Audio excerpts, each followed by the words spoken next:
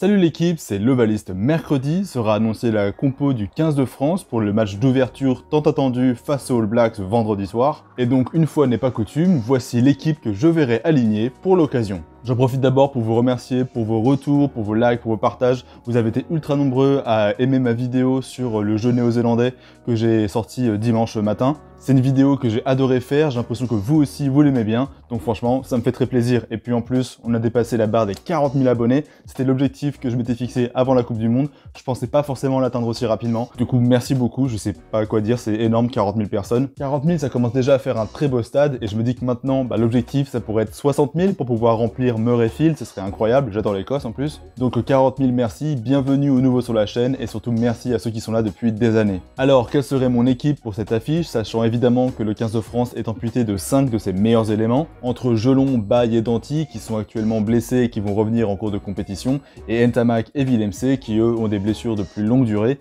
et qui risquent d'être forfaits pour toute la compétition. Ntamak c'est sûr, Willemse on verra. Et avant de commencer, j'ai vu beaucoup de gens taper sur Thibaut Giroud, comme quoi c'est de sa faute s'il y a autant de blessés, c'est parce qu'il y avait pas mal de joueurs qui sont blessés musculairement, Baye, Danty et Willemse notamment. Et donc Thibaut Giroud est connu pour ses préparations très dures, très intenses, qui en demandent beaucoup aux joueurs. Alors oui, en effet, je pense que Thibaut Giroud est très exigeant, ça il le cache pas d'ailleurs. Il pousse les joueurs au bout de leurs limites pour les préparer au maximum. Mais pour moi, le plus à blâmer dans cette affaire, c'est pas Thibaut Giroud, c'est surtout l'organisation du rugby français depuis des années. On le dit, on le répète depuis des saisons, mais le top 14, conjugué au lourd calendrier européen et aux échéances internationales, ça permet pas aux joueurs qui sont sélectionnés en équipe de France de pleinement récupérer et de pleinement pouvoir se préparer. Certes, on a eu plein d'améliorations, depuis Manda Galtier notamment, où il y a beaucoup plus de concertation, beaucoup plus de dialogue entre les clubs et la fédération, ce qui permet d'avoir des joueurs qui sont protégés, qui ont beaucoup plus de plages de récupération. Dupont disait notamment qu'il avait jamais eu autant de vacances que cette année. Mais dans la durée, sans réforme profonde du rugby professionnel en France, mais même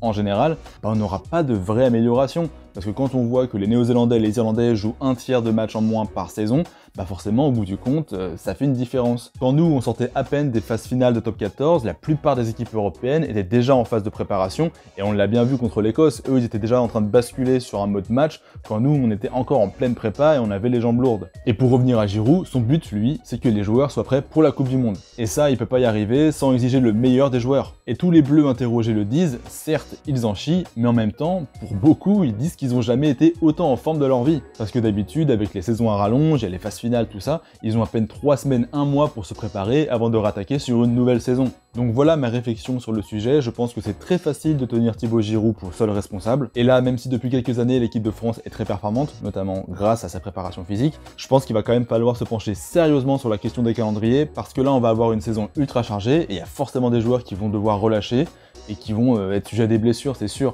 et on va pas pouvoir tenir comme ça pendant longtemps. Bon, maintenant, trêve de blabla, passons à la compo. En première ligne, on attend beaucoup de la titularisation de Reda Wardy. Après la blessure de Cyril Baye, le Rochelais va devoir prouver qu'il a les épaules d'un cadre pour ce match à fort enjeu. Bon, j'ai pas trop d'inquiétude à ce sujet, il était très en forme la saison dernière avec La Rochelle. Je le trouve très fort en mêlée fermée, c'est un sérieux défenseur, et en plus il apporte beaucoup de gaz, beaucoup de punch ballon en main. Donc là, face aux Blacks, c'est son heure de gloire. Ça va être aussi un moment très important pour Marchand, parce que je rappelle qu'en 2021, il n'était pas là lors de la victoire face aux All Blacks, parce qu'il était blessé, et c'était Movaka qui était titulaire. Là où je l'attends, c'est avant tout dans les regroupements pour disrupter l'attaque néo-zélandaise. Sa qualité de gratteur est d'autant plus précieuse qu'on sera orphelin de Jonathan Danty, qui est blessé, je le rappelle. Alors il va falloir redoubler d'activité dans ce secteur, sans se faire pénaliser, ce qui n'est pas forcément une mince affaire, parce qu'on sait qu'en ce moment, les directives de World Rugby poussent plutôt à favoriser l'attaque que la défense. Et pour compléter la première ligne, la puissance de Winnie Atonio devrait être un atout de poids. C'est un match très spécial pour lui, puisque je le rappelle, il possède la nationalité néo-zélandaise, il a été naturalisé français récemment. On attend surtout de lui qu'il domine son sujet en mêlée, secteur dans lequel on a été bousculé face aux Australiens il y a 2 semaines. Et aussi, j'aimerais qu'il se propose, comme il en a l'habitude, beaucoup dans le jeu courant pour prendre des ballons lancés dans les intervalles et venir exploser les mecs, ce afin de créer de l'avancée et de générer des ballons rapides qui sont essentiels à la mise en place du jeu tricolore. En deuxième ligne, maintenant, c'est là que ça se corse. Je pense que j'ai pas forcément besoin de le rappeler, mais Willemse est forfait au moins pour le match d'ouverture, et peut-être qu'il pourra revenir dans le groupe si jamais il y a une blessure, mais pour l'instant, il est forfait pour la Coupe du Monde. Et donc, je verrai bien un attelage Woki flamand, comme c'était le cas face aux Australiens et lors de la dernière tournée de novembre, pour ensuite faire entrer Grand Tao vers la 50e pour qu'il apporte toute sa puissance. Galtier a l'air attaché au fait que Tao Fifenua soit dans un rôle de finisseur, et je pense aussi que c'est la meilleure chose à faire pour bénéficier de son impact physique dans le Money Time. C'est là, à mon avis, qu'il faudra pas souper, qu'il faudra insister pour remporter le match. Pour la troisième ligne, je pense qu'il n'y a pas vraiment de débat, ce sera Cross, Aldrit et Olivon. D'ailleurs, pour ceux qui l'ont pas encore vu, j'ai fait une vidéo sur Charles Olivon qui retrace sa carrière, ses galères avec les blessures, de là où il est revenu pour arriver à son niveau d'aujourd'hui, et surtout, je détaille un peu plus son style de jeu. Et donc, cette troisième ligne, comme je l'évoquais récemment, je pense vraiment qu'elle a les armes pour dominer les All Blacks dans le combat. Je trouve les Néo-Zélandais moins combatifs, moins présents dans le jeu au sol, et là, vraiment, je pense qu'il y a une carte à jouer et que notre troisième ligne, elle est au-dessus. Avec l'abattage de Cross, l'endurance d'Aldrit et le punch d'Olivon, on a vraiment les moyens pour les dominer, pour les mettre sous pression, prendre l'ascendant, et surtout gagner la bataille des rucks. Pour la charnière, là non plus, pas trop de surprise, ce sera Dupont avec Jalibert. J'en avais parlé lors de mon débrief sur le match de prépa contre l'Australie, mais ces deux-là nous ont rassurés sur leur complémentarité, alors que beaucoup déploraient à outrance la perte de la connexion toulousaine Dupont-Ntamak. Alors oui, c'est vrai que c'était une grande perte, mais en vrai, Jalibert-Dupont, ça marche très bien, ils ont produit de très belles choses ensemble, et de toute façon, ça peut aller qu'avec du mieux, donc en vrai, ça va bien se passer. Maintenant, au centre, la perte de Danty est très préjudiciable, parce qu'en fait, c'était l'une des pierres angulaires du jeu tricolore, que ce soit en attaque pour faire des lancements, ou alors en défense sur les plaquages durs sur l'homme ou pour les grattages, mais je pense, contrairement à beaucoup de gens, que Moefana va aussi faire le taf. Seulement, je placerai Moefana en 13 pour décaler Fickou en 12, parce que pour moi, Moefana, c'est un 13. Alors je vois beaucoup de gens qui crachent sur Moefana, qui arrêtent pas de dire qu'ils le trouvent nul, mais déjà les gars, s'il était si nul que ça, il serait pas à ce niveau-là aujourd'hui, il aurait jamais été gardé dans la liste des 33, c'est pas possible. Et surtout, c'est pas parce que Moefana ne fait pas du Danty que c'est un mauvais centre, au contraire, je pense que Moefana est un très bon centre, sûrement plus technique et plus endurant que Danty. Et je trouve vraiment dommage qu'on veuille absolument l'utiliser comme le Rochelet,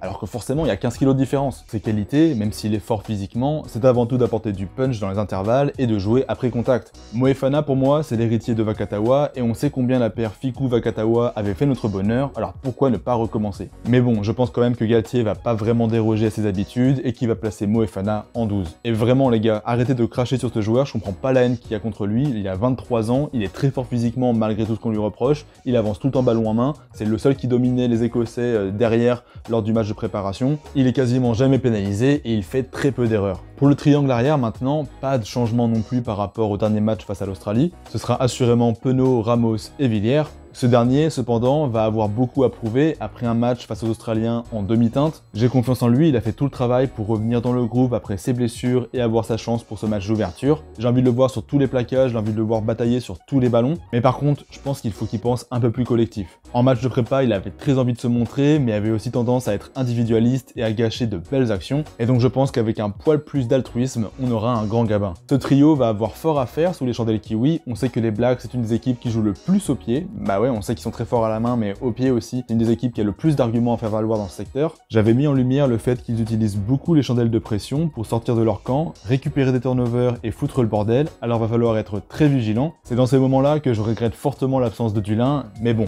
À un moment, il va quand même falloir que je commence à faire mon deuil. Et maintenant, sur les bancs de remplaçants, Gros va devoir apporter plus de garanties en mêlée fermée que face aux Australiens. Movaka, dans son rôle habituel de finisseur, apportera son punch et sa vista après la pause. On a vu en plus contre les Fidji qu'il peut aussi dépanner en troisième ligne, donc ça c'est tout bénef. Et à droite, j'avoue que j'hésite encore entre Aldeguerri et Falatea. Aldeguerri a pour moi plus le profil d'un titulaire, quand Falatea peut apporter plus de dynamisme ballon en main. J'ai notamment en tête cette action de relance en novembre dernier face à l'Afrique du Sud, où il décale Makalu avant de marquer l'essai de la gagne. Alors j'avoue, c'est vrai que mon cœur balance plus pour Falatea, mais en vrai Aldeguerri c'est aussi très bien. En deuxième ligne, j'en ai déjà parlé, j'aimerais voir Tao Fifenua, quitte à le faire rentrer plus tôt dans la partie que d'habitude, vers la 45-50e pour attaquer fort en seconde mi-temps, et je prendrais le pari de prendre deux troisième lignes sur le banc avec Boudehans et Makalu. Déjà parce que les deux sont polyvalents, Boudehans a un peu joué centre face aux Fidji, et Makalu couvre la troisième ligne et l'aile, et ensuite je sais que Galtier a plutôt l'habitude d'aligner deux deuxièmes lignes sur le banc en tant que finisseur, mais d'abord on n'a plus de deuxième ligne en fait, parce que Chaluro il est incertain, il a pris une commotion face aux Fidji,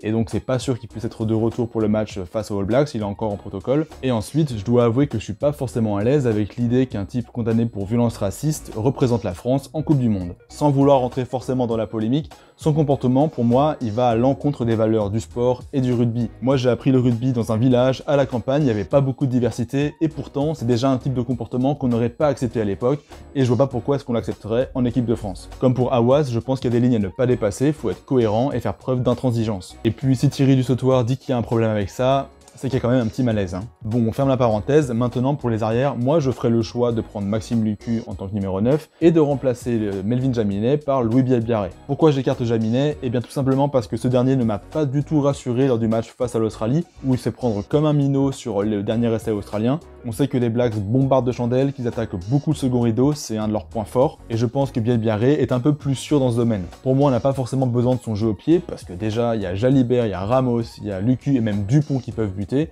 donc ça va. Alors que Louis Bielbiarré peut apporter une réelle plus-value en attaque, ce serait l'un des joueurs les plus rapides sur le terrain, et ça, je pense qu'on en aurait bien besoin. En plus, il peut couvrir l'aile et l'arrière, je sais que ce serait un énorme pari, mais je me dis, bah, pourquoi pas après tout. Donc voilà quelle serait ma compo pour cette superbe affiche, dites-moi ce que vous en pensez en commentaire, je sais que j'ai pris un certain parti pris pour certains joueurs, et que c'est sûrement pas des choix que Galtier fera au final, donc ça n'engage que moi, et n'hésitez pas à donner votre avis en commentaire, parce que j'ai pas la science infuse, et on peut en discuter. Merci pour votre soutien, vos abonnements, vos likes, vos dons, c'est énorme ce que je vis alors que la Coupe du Monde n'a encore pas commencé. N'hésitez pas à me suivre sur mes réseaux sociaux pour plus de contenu. Moi je vous dis à la prochaine, on se retrouve très vite.